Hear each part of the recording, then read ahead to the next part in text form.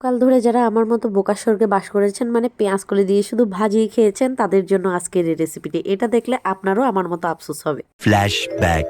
Hello everyone, সবাইকে নমস্কার, আদাব। কেমন আছেন সবাই? আশা করছি সবাই খুব খুব ভালো আছেন।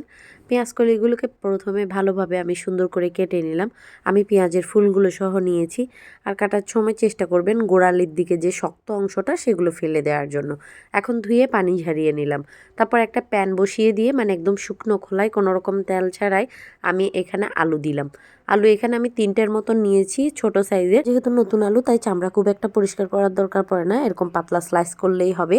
আর নতুন আলু পুরাতন আলু চেয়ে তাড়াতাড়ি সিদ্ধ হয়ে যায়, তাই একটু লবণ দিলাম আর একটু সামান্য পানি দিয়ে এবার ঢাকা দিয়ে আমি এগুলোকে সেদ্ধ করে নিব। তার সাথে পেঁয়াজ কলিগুলোকেও আমি অ্যাড করে দিলাম, দিয়ে একটু নাড়াচাড়া করে দিচ্ছি যেন লবণের সাথে পেঁয়াজ কলিগুলোও খুব ভালোভাবে মিশিয়ে যায়। এবার ঢাকা দিয়ে দিলাম, ঢাকা দিয়ে দিয়ে পানিগুলোকে একদম শুকনো করে ফেলবো। দেখুন আমি চামচ দিয়ে খুঁচিয়ে দেখছি আলুগুলো কিন্তু খুব সুন্দরভাবে সেদ্ধ হয়ে গেছে। পানিগুলো কিন্তু খুব সুন্দরভাবে টানিয়ে ফেলতে হবে, নইলে কিন্তু ভর্তাটা প্যাসপ্যাসে পানি প্যাসপ্যাসে লাগবে, খেতে ভালো লাগবে না। এবার সেগুলোকে উঠিয়ে নিয়ে ওই খোলার মধ্যে অল্প তেল দিলাম। তেল দিয়ে 3টা শুকনো মরিচ দিলাম, 4-5 কোয়া রসুন দিলাম। তারপর একদম পাতলা পাতলা করে কুচি করে রাখা পেঁয়াজগুলো দিলাম, দিয়ে এরকম ব্রাউনিশ কালার করে ভেজে নিলাম। তো বাই দ্য ওয়ে, রেসিপিটা যারা দেখা শুরু করেছেন সবাই একটা লাইক দিবেন। পুরো রেসিপিটা দেখে আপনার কেমন লেগেছে সেটা জানাবেন। যদি ভালো লাগে অবশ্যই শেয়ার করে দিবেন। আর পেঁয়াজ কলি দিয়ে আমি এতদিন ট্রাস্ট মি শুধু আলু দিয়ে ভাজিয়েই খাইছি। এই ভর্তাটা খাওয়ার পর আমার আফসোস হচ্ছে যে কেন আমি এতকাল এটা খাইলাম না। শুরুর দিকে খাইলে আরও বেশি টেস্ট লাগতো, কারণ নতুন নতুন যখন পেঁয়াজ কলিগুলো বের হয় তখন এগুলো অনেক বেশি টেস্টি হয়। এখন তো একদম পেঁয়াজ কলি সিজন শেষের দিকে, যার কারণে পেঁয়াজ কলিগুলো একটু বুড়ো বুড়ো হয়ে যাচ্ছে, খ্যাস খ্যাস করে আর কি খাওয়ার সময়।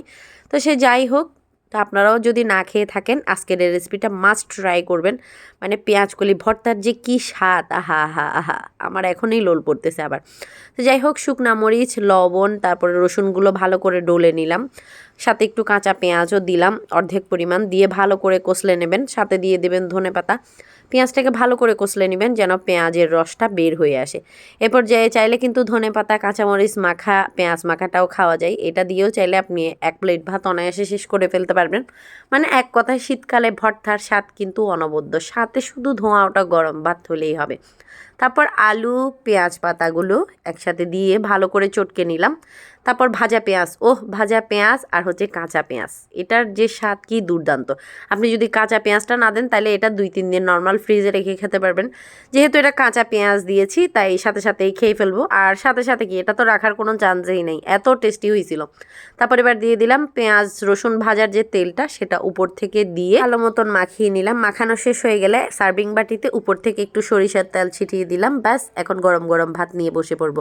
আজকে তবে এই পর্যন্তই, টাটা।